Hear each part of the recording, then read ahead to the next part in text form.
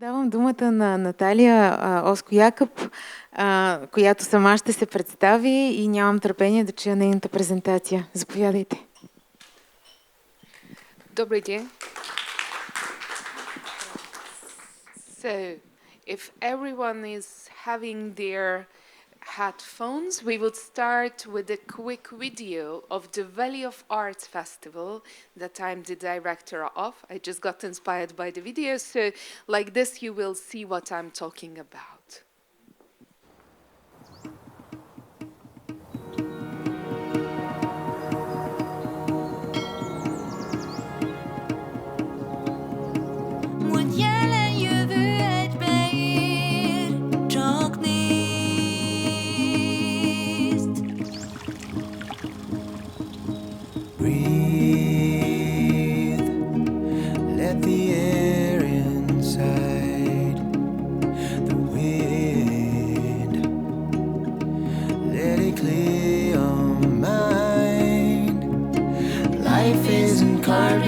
Stone.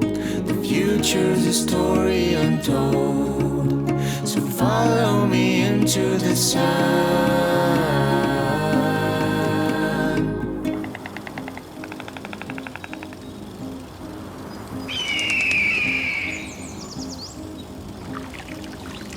Let's escape to the valley of dreams.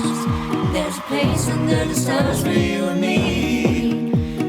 Golden light, losing track of time. Take my hand and run away with me to the valley of dreams.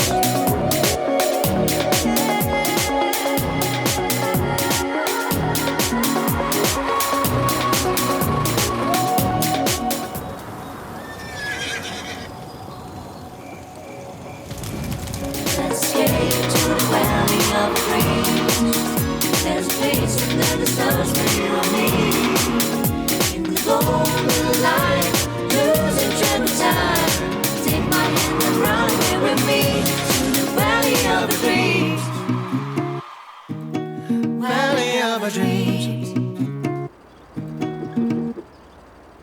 So just to give you an impression of the Valley of Arts Festival, which is organized by the Arts for Rural Development Foundation. I'm Natalia Osco-Yakab, the director of both of the foundation and this festival. It's a 34 years old festival. It was actually established in 1989. And yes, and basically what I would like to give you a kind of international perspectives on ESG and how financial, especially financial sustainability, could be linked to this new ESG kind of development that we are having due to some EU regulations that they were introduced. So basically, the Arts for Rural Development Foundation is the organizer of the Valley of Arts Festival and the smaller festival in the Tokaj Wine region, Kerekdom Festival as well. And we have numerous partner festivals which all have the same concept of being organized in rural areas, in villages and smaller cities. We have multi-genre festivals. These festivals have classical music, folk dances, word music, and theater usually, and some, as you said, you could see some workshops, painters, and of course pop rock music as well. So the mission of the Valley of Art and the Arts for Rural Development Foundation is to kind of voice out these villages and show all the things that there are already, or all the natural wonders, service providers, and arts which are already represented in these areas. And we would like to showcase high quality genres, not only pop rock music, but we leverage pop rock music as well in order to kind of gain some financial sustainability and leverage it to the classical music and other genres that perhaps are not that popular as pop rock music.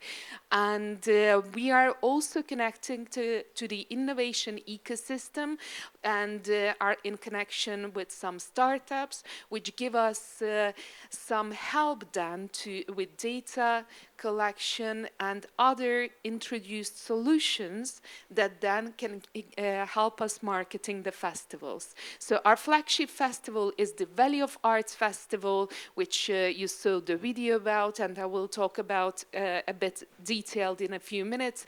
Kerekdom Festival is in the Tokaj wine region. That one is a smaller one, and we have several other ones. Just to show you a perspective, so basically we have Budapest, the capital in the middle, but these festivals, this network is aiming the rural areas and aiming to showcase arts in rural areas. And this is a tool not only for having high quality festivals in beautiful environments, but it helps tourism as well and can actually then develop rural development can be achieved through the festivals and arts as well. So the Valley of Arts is going to be situated, so going to happen from the 18th until 27th of July this year. It's the 34th time. It's 10 days long. We have 3,000 concerts and productions. So yes, 3,000. Usually you have 300 productions during a theater year, but we have 3,000 during the 10 days, and we have 200,000 visitors. But how it came together, when I took over the festival in 2013 with a younger team, we had only 2,000-3,000 tickets out. But with using data, building up databases and modeling and using social media tools, we could nurture the 2,000 tickets into 120,000 sold tickets for these 10 days during the 10 years. So what I would like to show you that with data collection, which is the key for numerous activities, you can not only help ESG and now, like last week, Omnibus introduced data ESG reporting that actually now is mandatory for bigger companies only, but would be mandatory for us as well within a few years. But you can help to achieve financial sustainability. That's why we have all the 3 pillars covered of our sustainability strategy. So we not only have the ecological pillar and the social pillar covered at the Valley of Arts, but we have the economical one. And that's how, if you have all 3 pillars, this is the only way you can achieve a durable sustainability as well. So, because of course it can be fair, livable, viable, but durable if you not only have the ecological sustainability measured and introduced, but have a social and economical pillar as well. So within our economical pillar, and that's where I will talk about ESG and Hungarian festival financing system as well. So whenever we introduce any ecological measurement, recaps, or anything else, we think long term. We don't usually introduce them with some grants only or with the use of grants, but we put it in our business plan planned throughout the years. So recaps needed investment, and it comes back within 8 years only. We introduced 3 buses among the 3 villages that are the places of our festivals, and we negotiated a 50% public transportation price reduction with the Ministry of Transportation and Economics of Hungary, and that visibly reduced people coming by cars to this festival, although it's not situated in a big city. We do focus on green programming, although it's not, a popular pop rock concert, but we leverage pop rock musicians, before they would have their concert in front of the 10,000 people. They would, for example, have a workshop on how they manage to do sustainable life at home, what do they do, how they try to help the ecological issues, what an ordinary person can introduce in their everyday life in order to help these issues. So we leverage their fame in order to educate people into this ecological part. And we do a lot of research. We not only collect all the data from our visitors through actually using their profiles. We do a lot of surveys. We do, for example, a survey in November on what do they want to see in program.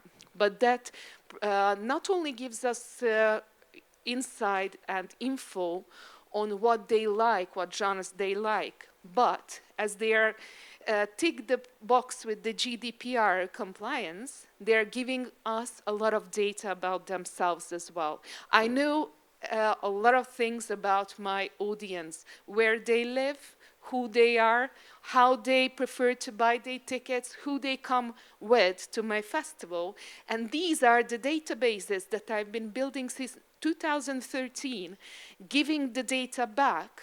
And that's how actually Google Ads is working and Meta ads are working. And this is the only advertisement type that I'm using with a really small budget that is spent really effectively. Of course, sometimes we are invited for interviews to TV and radio, but you see, it's just only to diversify our communication portfolio only. And that's how, and now I would shock you with some numbers. When I took over the festival, it was 100% governmental subsidized, with some governmental grants that were available at that time. By 2017, it went down to 40%, and last year 20%. I really hope that I will not have governmental funding at all within a few years, because what we can rely on is not governmental funding. And that's why I wanted to show you the video beforehand, because we still have opera, we have classical music, we have big symphonic orchestras, modern dances, and some genres that are not as popular as pop music. But as you can see, from 100% governmental, I could raise up my ticket sales with using social media and building up databases, so that ticket sales would cover 65% of my budget, and merchants and sponsors. And this year, even we could get some more sponsors, but because data is valuable, and 120,000 people's data in a small country as Hungary is, with a bit more than 9 million people living there, 120,000 profiles and data on people is really valuable.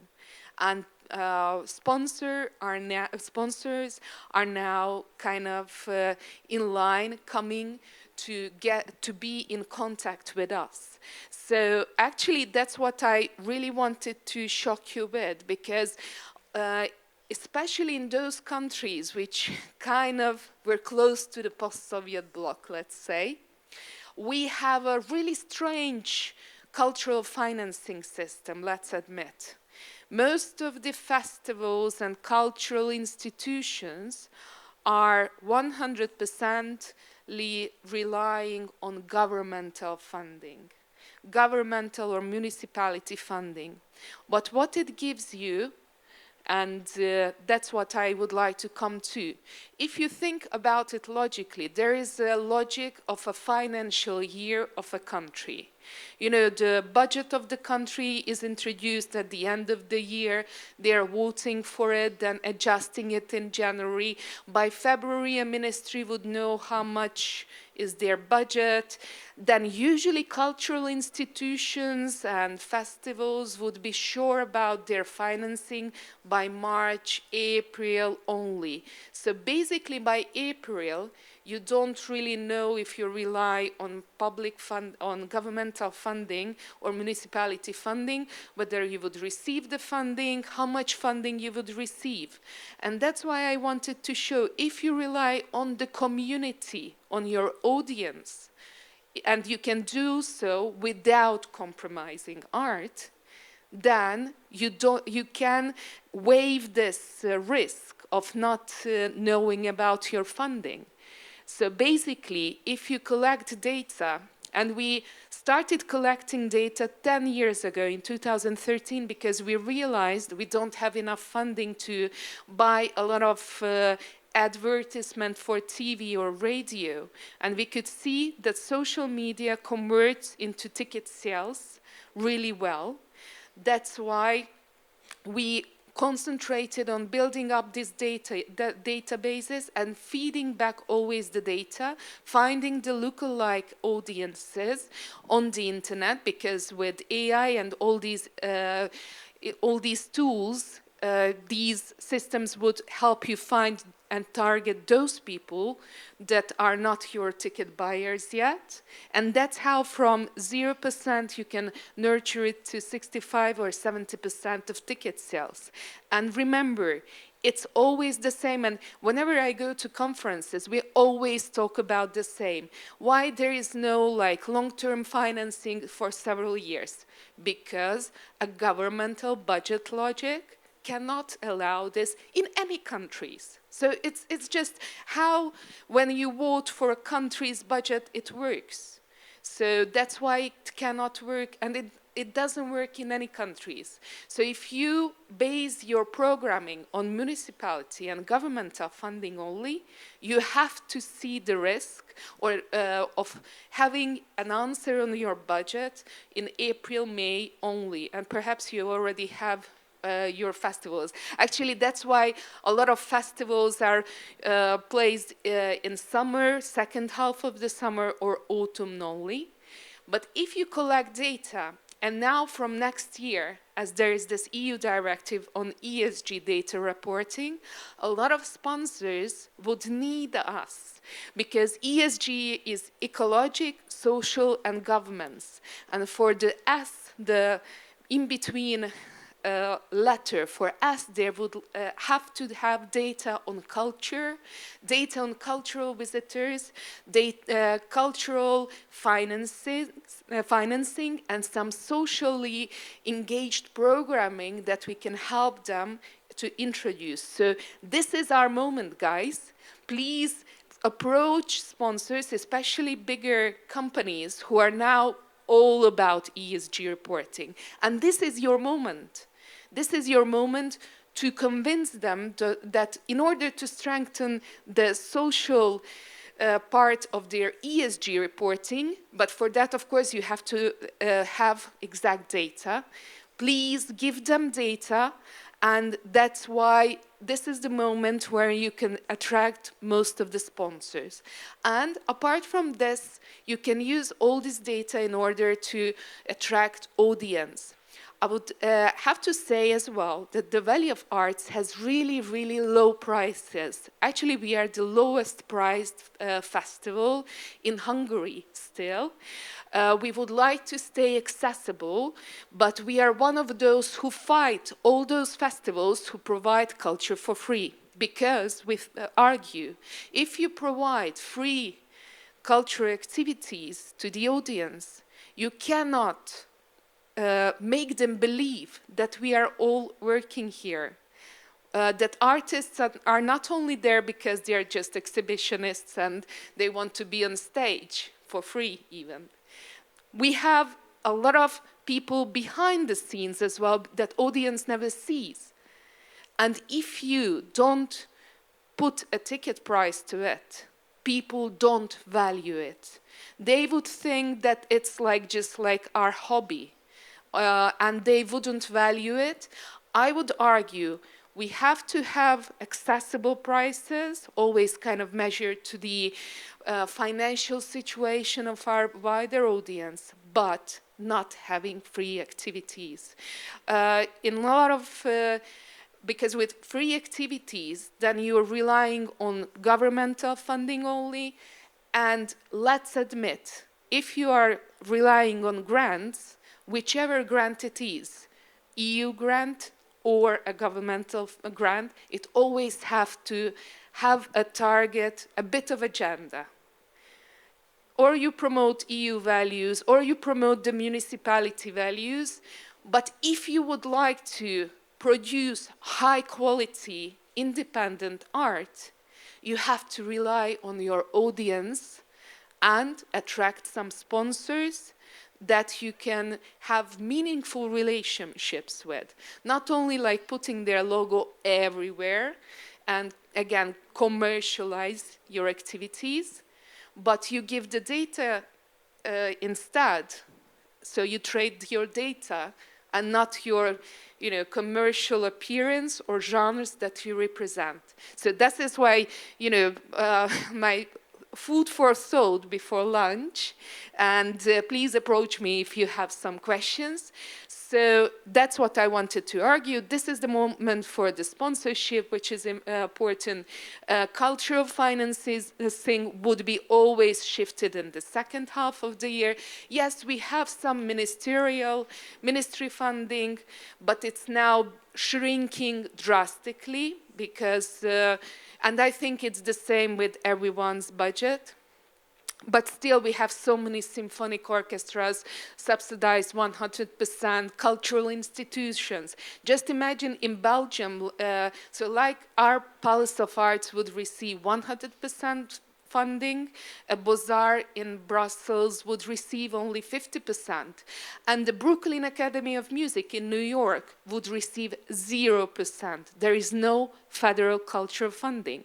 And when you look at US's cultural scene, you cannot say that they have Taylor Swift only or pop rock music only. They have fantastic classical music and ballet scene as well, with 0 governmental subsidies, even Brooklyn Academy of Music. So yes, we can do it without compromising art, then without whining like why wouldn't we know our budget in January, because it never happens. So we still have the ministry funding. We can have some municipality funding as well. I'm one of the curators of Budapest 2nd District Cultural Funding, and what we did, we dedicated 2% of the, because the district, the Budapest municipality is collecting the parking lot fees, and 2% of it is dedicated to this cultural funding, and we put it in cultural finances thing, but of course these are really small sums. It just helps to initiate the idea, and how we encourage to function is like a startup. So you receive your first, second funding as a first investment, but then you have to put out a business plan and do a viable operation afterwards. So funding has to be for a start only, but then you have to find your audience. You have to have a meaningful relationship with your audience, and then they would help to subsidize you. And they would, for example, they would even start buying tickets for my festival in August. Right after I finished my festival, there is no program at all, and there are hundreds of people that believe in our team and believe us that within 1 year time, we would produce as good festival they enjoyed this year as well. So, of course, it happened within a 10 years framework, and we had to work hard, but it's manageable, and social media really democratizes it, and with all this data, then you can help the ESG reporting for yourself as well, which is important, and for the companies as well. So just build your community. Okay. And just to give you some idea, for example, these kind of slides I can put together how many women and men I have, what is the age range of my audience, who is in relationship, who is single, what is their educational background, and I have loads of data. This is one of the slides that I have, for example, show my sponsors, because whenever you approach a sponsor, this is the first part they ask: how much data you have on your audience. And even just a slide like this can impress them, and they would have you with open doors more expected. So as I told you, in Hungary we have some funding from the ministry. Now it's really tied to a really tight agenda, I would say. I guess you're reading the news. Then we have the municipality, as I told you. We have a National Cultural Fund, which is still existing, but giving out really small budgets for 1,000 or 2,000 euros only, which wouldn't subsidize you the whole festival. My festival has a budget of 2.5 million euros. For that 2,000 euros can help, one activity to happen, but not the festival. And of course, we are now applying more and more to EU grants, but for that one you have to be aware that you have to have strong cooperation networks. That's why it's good to be part of EFA, the European Festival Association, because you can meet your partners there and then apply for EU Creative Europe grants, cooperation grants. You can have Interreg EU grants as well, and some EU grants that are assigned to your country's ministries to be, just advertised through their channels as well. But I don't think in this world you have to rely on any of it solely. It can always just help you some of the activities. And this is another opportunity to say that at the European Festival Association, you not only can find partners for cooperation grants, but there is the IFEA grant. These are small-scale cooperation grants for 2 or 3 festivals. It's going to be out in autumn this year, I guess, or by the end of the year. It means that 2 or 3 festivals can have one production touring these 2-3 festivals. It's not that complicated as a Creative Europe big grant, which is due actually in May. And there is the European Innovation and Technology Institute as well, EIT. They are having actually 3 open calls as well. But never rely on these ones. Rely on your data and your community. So basically, ecological pillar, as I told you, we invested, for example, building out all the electricity outlets, and now we are aggregator free.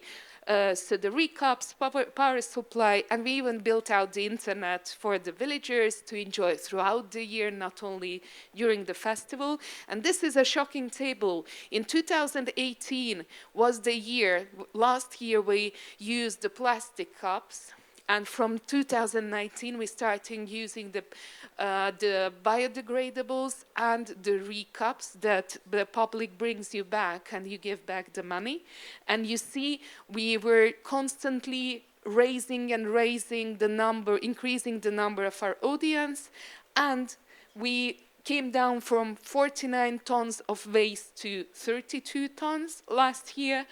And the percentage of it is now 69 that we can recycle.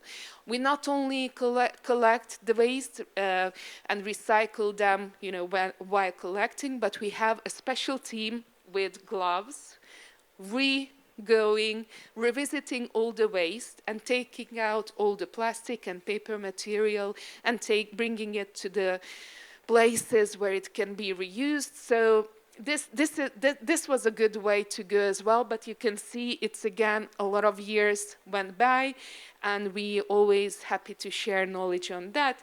So, and the social pillar, which I really find important as well, we managed to attract some EU grants and developed a cultural center in this village where we are situated, where we have e-bike tours, small concerts, a stage, and do activities targeting the villagers only throughout the year. The budget of it comes from the festival itself. So actually, during the 10 years, I not only came down to 20% only of the governmental funding, but I became a financing body myself as well. I'm the one giving the money to municipality. I'm giving the money, we are kind of always developing the municipality, the village itself, even building new stuff. And we are running the cultural small center in this municipality. 10 years though, but we managed to do that.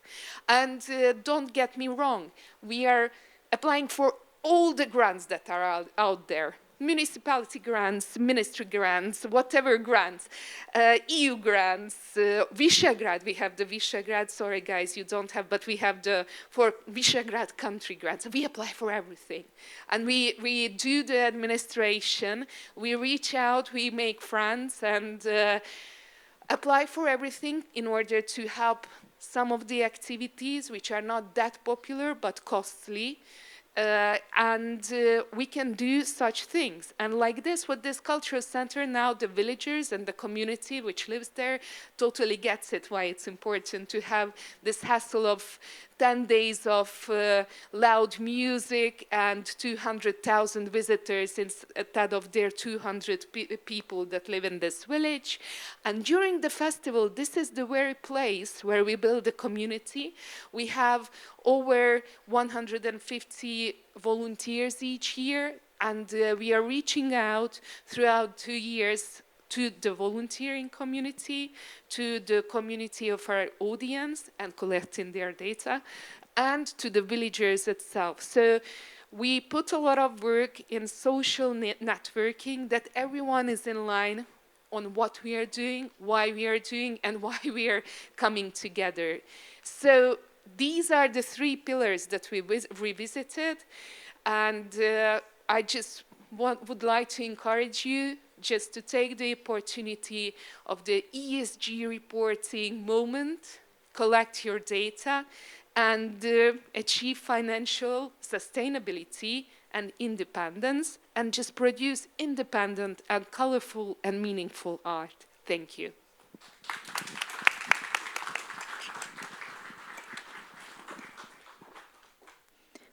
Изключително благодаря. Thank you so very much. Maybe now we have a bit of a time for questions and answers, if that feels okay with you. Ако са възникнали въпроси, на които мислите, че в следващите 10 на 15 минути бихме могли да обсъдим от презентацията, която току-що видяхте. Между другото, кратко включване. Боян Желязков е тук и утре с него имаме работилница за AI, дигитален маркетинг, нещо, което смятаме много ценно и в унисон с това, което обсъдихме.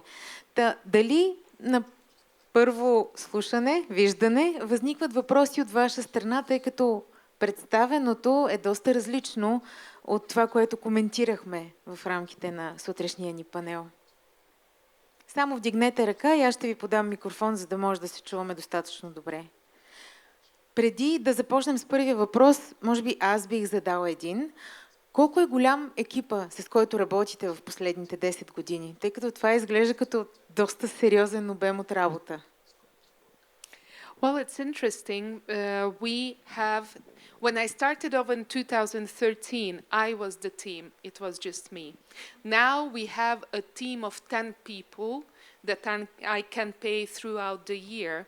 But as we have 40 stages, 40 stages, we have a 200 people team on a project basis with us doing the festival during the 10 days, and during the day, during the year, they have their day jobs, and most of them are volunteering and doing this for free for us, actually. Because you see, the key is the environment that I put together. A lot of people would have their holidays from their day jobs and come to work with us, because we try to build this community with the organizers throughout the year as well, and during the 10 days. So basically, it's a team of 200 people producing the festival during the 10 days. It's 10 people only working as a regular job this festival. We had 150 volunteers apart from that, and 180 security as well for this festival. And we have a lot of artists around, and sometimes artists would come and have their performance, have their concerts, and then they would stay with us. So a lot of collaborations start from this festival, because then they just stay with us, and it's like an art camp as well, and they become part of the audience as well. Okay, so if I understand correctly, and I will switch to English because I know that you have translation for the ones when it's needed.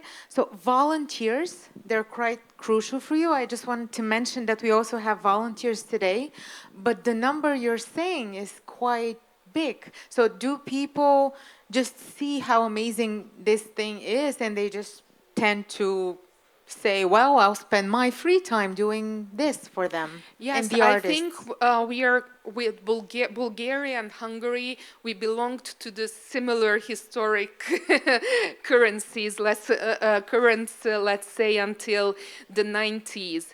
And let's admit, in these countries, volunteering is not something that is really embedded in the society. But with such projects, actually we have a double of, we usually have 300 applicants in order to become a volunteer at the festival, but we can accommodate 150 only. So we have a completely big HR process of 2 interviews in order to interview for being a volunteer with us for 10 days. Yes, because it became popular, and here, if you come as a volunteer, we do it in a camp style. There have special programs for them as well. They can be part of something. We have a lot of people who are lonely out there, and here they are part of a strong community. They come here, and it's not only that we just give them a job that please just stand by the door and then, we will see you like tomorrow at the same time.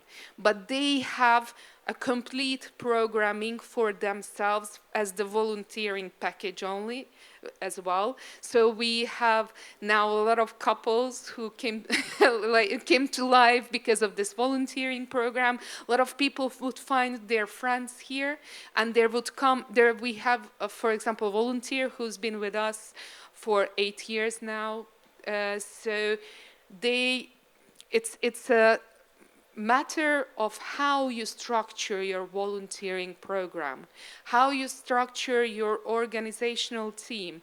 If it's not only about the jobs that you have to perform, but building the community and feeling togetherness, just please accept it would work for real. Thank you. Does anybody else would like to raise? Yes? Coming? Natalia, it's amazing, but could you please give us more information about the programming of the festival? How looks the program of one edition? What kind of bands, national and international? Well, we have 3,000 programs. We have a lot of workshops, art workshops. This is a big thing now, again, building on a lot of people being lonely, and especially after COVID, they're really keen on doing some art with their hands in a group, feeling together and producing art. So we have a lot of art workshops.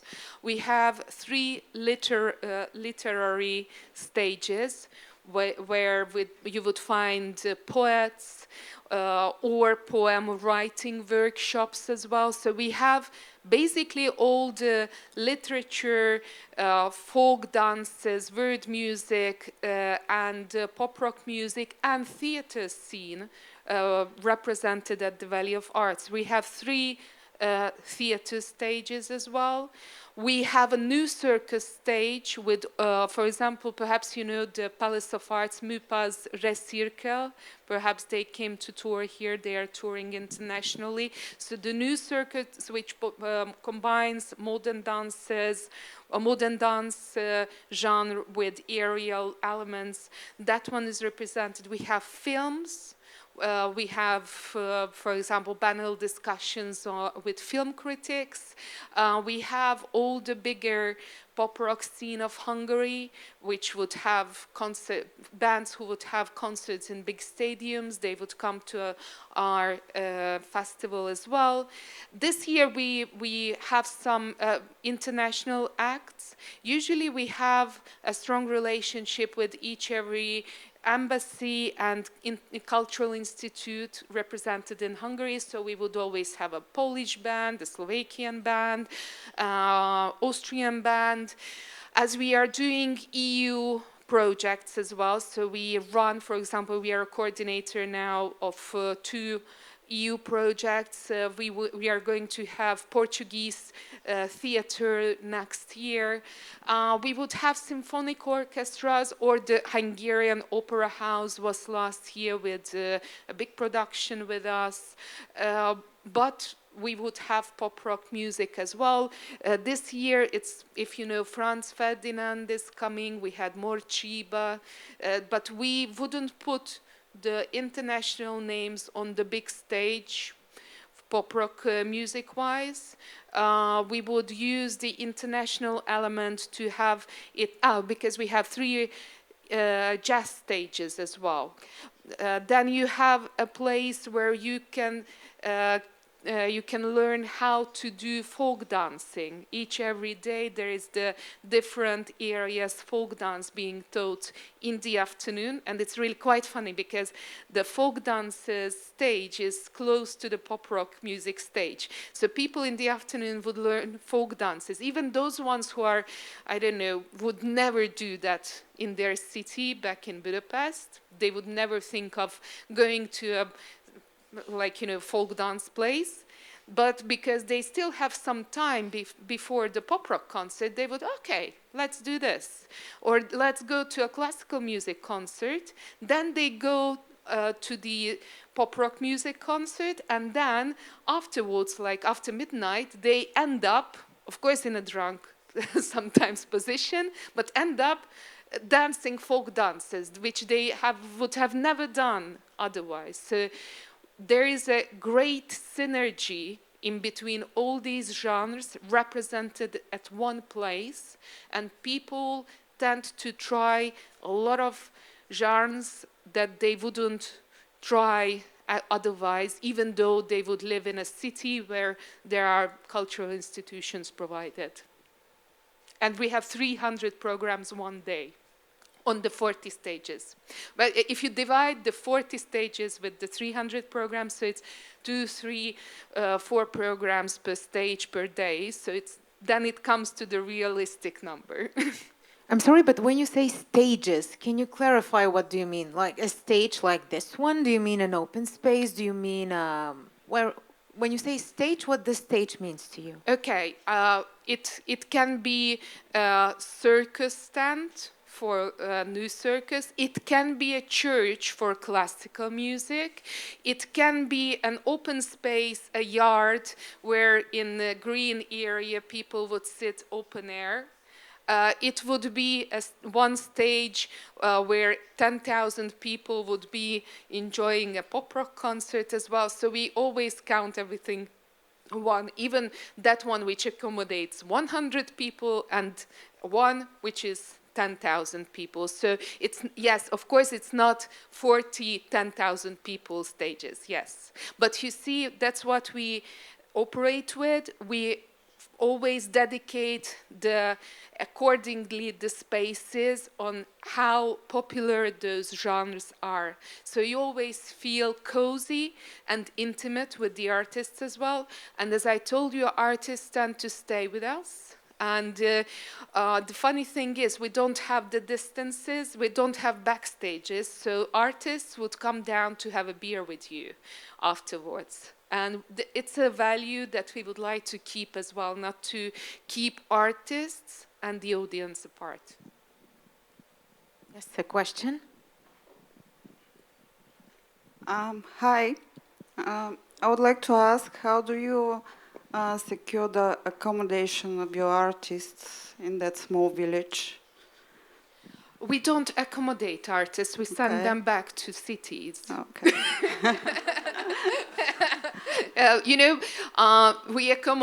We are here for the audience first, and this is again a game changer. We serve our communities, and we introduce this idea to the artists as well. So, of course, we have nearby this village 2 cities. One is 30 kilometers away, one is 25 kilometers away. There we would have hotels. But basically, as we have 1,500 artists who perform the 300 acts, because, one act could be a solo guitarist, but one can be a symphonic orchestra as well. We basically bring them there and send them back home. So we don't keep, we keep like 2, 3, 4 artists around for the 10 days who would have some accommodation. And we build up a lot of tent places. We have a lot of cabins built up for the 10 days, containers with air conditioning for the audience, and we are selling that together with the tickets, so we can accommodate up to 2,000-3,000 people a day in that village. And of course, all those artists who would like to stay there, just mingle as part of the audience, they are always welcome to have a tent space or a cabin. But if you need a hotel or whatever, then just better to head back home. Hi. Can you briefly describe specifically the response of rural audiences, not the city people, and the rural communities? It's diverse, I have to put it out. I didn't bring you all the data slides. I have a presentation of 50 slides as well, if you would be happy. From that one, you could see that around 40% of our audience is coming from Budapest, but the other 60% is coming from all over Hungary, and from Veszprém County and Balaton area, from smaller villages as well. Those people who would come to this festival really appreciate this art, but of course, it depends always on the place they live and their personalities, that what kind of genres they are looking for, whether it's only the pop rock music or they would appreciate classical music. Because imagine, if you live in a village where you would never listen to classical music or have independent theater showcased, why would you expect someone to know about it and look for it as the first instinct? But as it's all showcased in one place, they just bump into some genres they wouldn't come specifically for, and they are really thrilled about it. But of course, and that's why I said that it always depends on the place's cultural infrastructure. Those people who are not going to theater on a weekly or monthly basis because it's just not present there, they don't have the accessibility, they would appreciate more classical theater pieces and not the ones who would reflect on the political and really kind of onto the top edge issues. They would wish to see Romeo and Juliet in more classical clothes, firstly. So that's what comes out from researchers as well. And of course, those villagers who accommodate this festival, since 1989. There are completely some generations who grew up when this festival was always around. So sometimes it's funny. We have monthly meetings with them, and now sometimes they they talk to me as they were my just.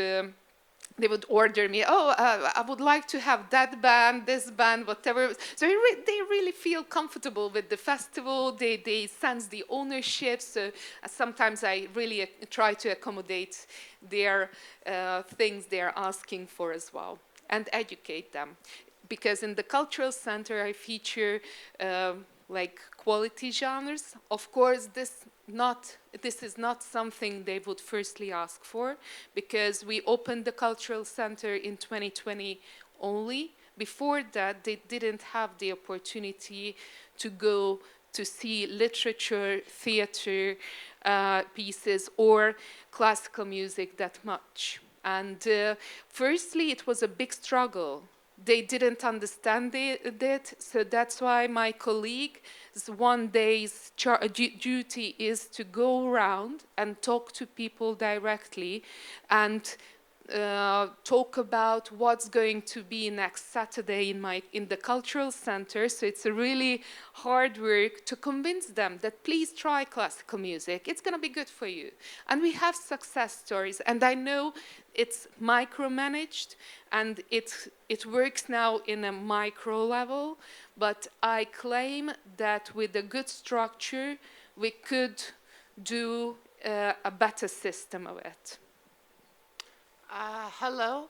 I had the pleasure to visit this festival last summer, and I know how busy and nice and hectic it gets, and it's just wonderful. But I am curious, how do you manage to collect the data for your visitors? Do you have a research team? Do you gather it when just some practicalities?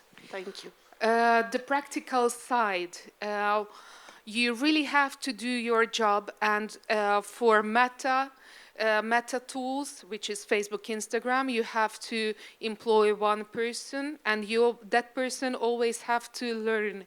Every second week there is a new thing coming up on those platforms. And for Google Ads and Google platforms, you need to not even have an ordinary business profile or arts profile person, but it's better be a mathematician and programmer that I both have. If you do that, and if you do your homework well, you would put out pixels, whatever, and connect all the systems nicely. Whenever a person looks at your ad, and you can see always from where this person did it, where this person went, where this person clicked, and you see the whole path, so you know a lot more than from every ticket holder that you have sold your tickets through internet. You have all the data, then even the name, address, and everything. And you can see even whether this person saw your ad on Facebook or at Google Ads in a specific website, and you can see where this person clicked. And if you have the right team for that, you can collect the data this way. The other way, that we do physical surveys during the festival, and we do online surveys as well. So we are connecting our audience that bought the tickets online. And it's like, let's say, 100,000 people, out of which around 15,000 people would respond the survey, because the incentive is that if you already bought a ticket and you respond the survey, every 10th, 15th person would get the ticket price back. So it's a really high incentive, and that's why we have a high number and therefore really representative survey as well. So two ways. One, data scraping, collecting throughout the whole year with dedicated professionals, mathematician, programmers. So it's really important. And don't be shy about it. I wouldn't be able to do that. I'm a cultural professional, but I need to. So you really have to pay for these people and attract them and work with them. And if you invest in that, you have the data that I was talking about. Thank you so much. I think we have one more question. And after that, I would suggest, if you are hungry and maybe tired, we might get a little lunch break. But before that, we continue with one, and I saw one more here. So we make two quick questions, and then we'll go to lunch.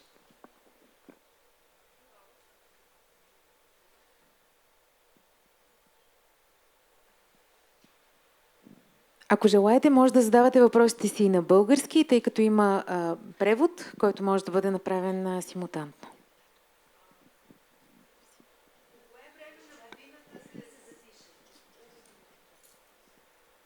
Hello.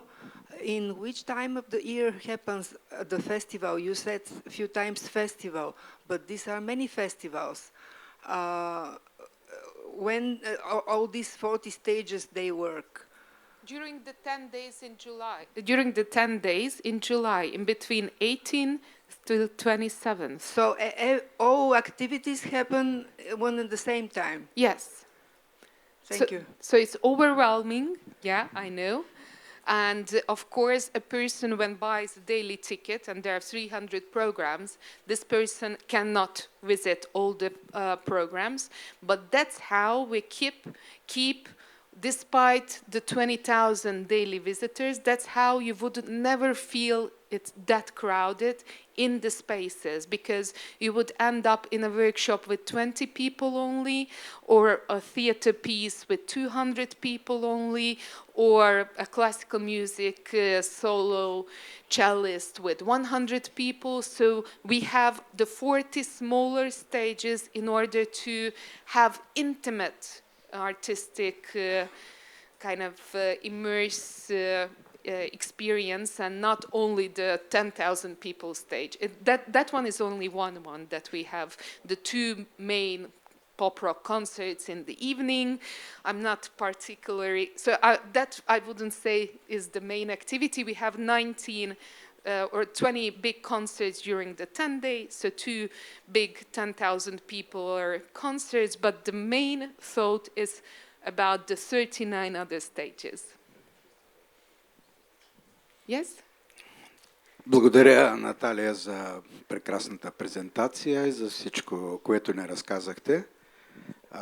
Аз без друго мислех на български да се изкажа, не защото се съмнявам в моя английски, а защото се случих да седя до господина, който превежда и интерпретира тук, и съм възхитен от него, като колега-преводач. Той ще се справи по-добре от мене. При всички случаи предлагам, дами и господа, да му благодарим с един аплаус.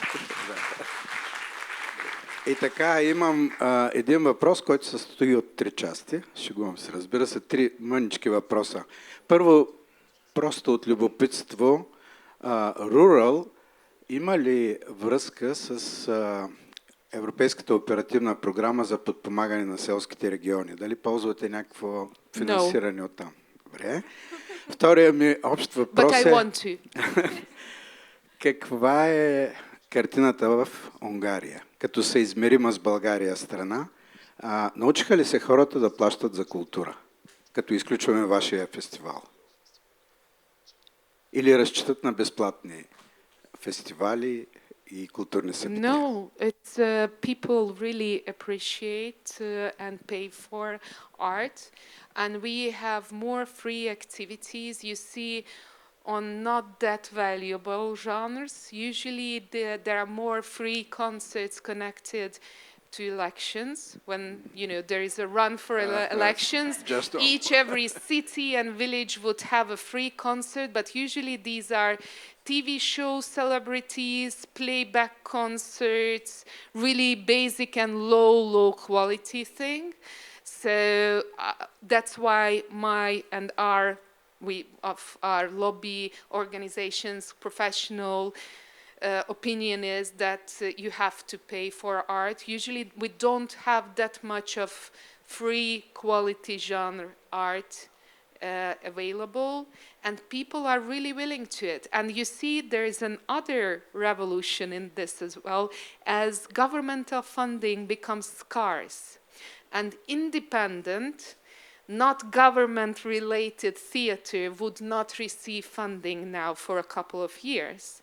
They managed to increase the prices quite decently, up to 100 and 150 euros even. And people say that if I would like to go and see not politically biased governmental theater, I would pay the price for the independent theater. So now it's even has this kind of thought in it as well. And yes, there is the Sziget Festival, which is the big pop rock festival. For that one, the prices are even a few hundreds of euros. And a lot of youngsters, would do summer jobs all the summer and pay for that festival as well. But people would pay for Wagner Festival at the Palace of Arts. We have a beautiful Wagner Festival featuring a lot of Bayreuth singers every June. Actually, I started my career with that one in 2005.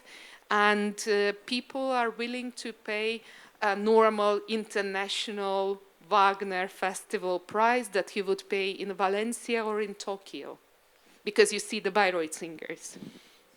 И последно, малко по-конкретно, вашата таргетирана реклама, това е нещо, което съм виждал в Китай. То в продължение на 2-3 години. Това развива се много бързо и дава огромни резултати. Там, примерно, има хора, които пътуват 500 км, за да посетят оперно представление конкретно.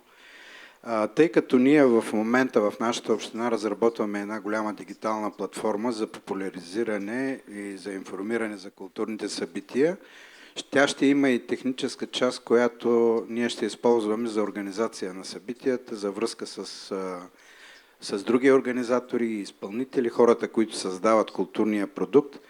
И мисля, че ще ни е много полезен вашият опит, за да включим нужните инструменти още сега, докато я разработваме.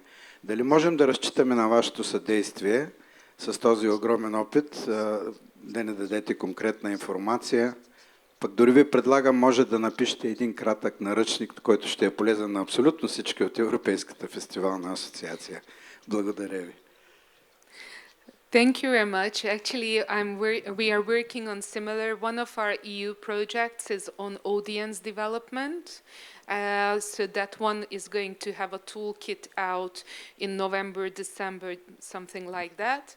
I'm also building a database because my other lobbyist association is the Hungarian Tourism Program Foundation, where we collect all the data of all the sports, business and cultural events of Hungary in order to achieve, and we propose new legislation according to that as well, in order to achieve some tax waivers, etc. But for that one, even governments would need data from you. So that's why I ended up. And then, of course, popularizing and helping this has a lag as well. So let's connect our data platforms and see who's got what. And the other thing is, if you go on the EU stakeholder transition pathway platform, it has a really sexy name. Like, I don't know whether they didn't have any marketing people around. So it's like 5 random words put together. So go to that website, and there is an initiative which was initiated during the Hungarian presidency last year in November. And if you go on that website and push on tourism, you can register, and through tourism you can register events and event providers. And there is an initiative to put together all the databases of the EU on events and tourism service providers as well, and have a common EU initiative as well.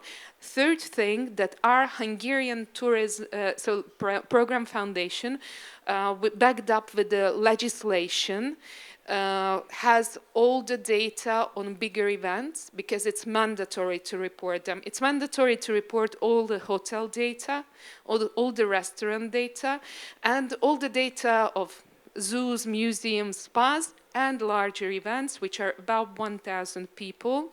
And it's really interesting. It gave me more support on my again, other kind of legislative proposal, because now you can see where there is there is a bump in hotel data and restaurant data, you would surely find there an event.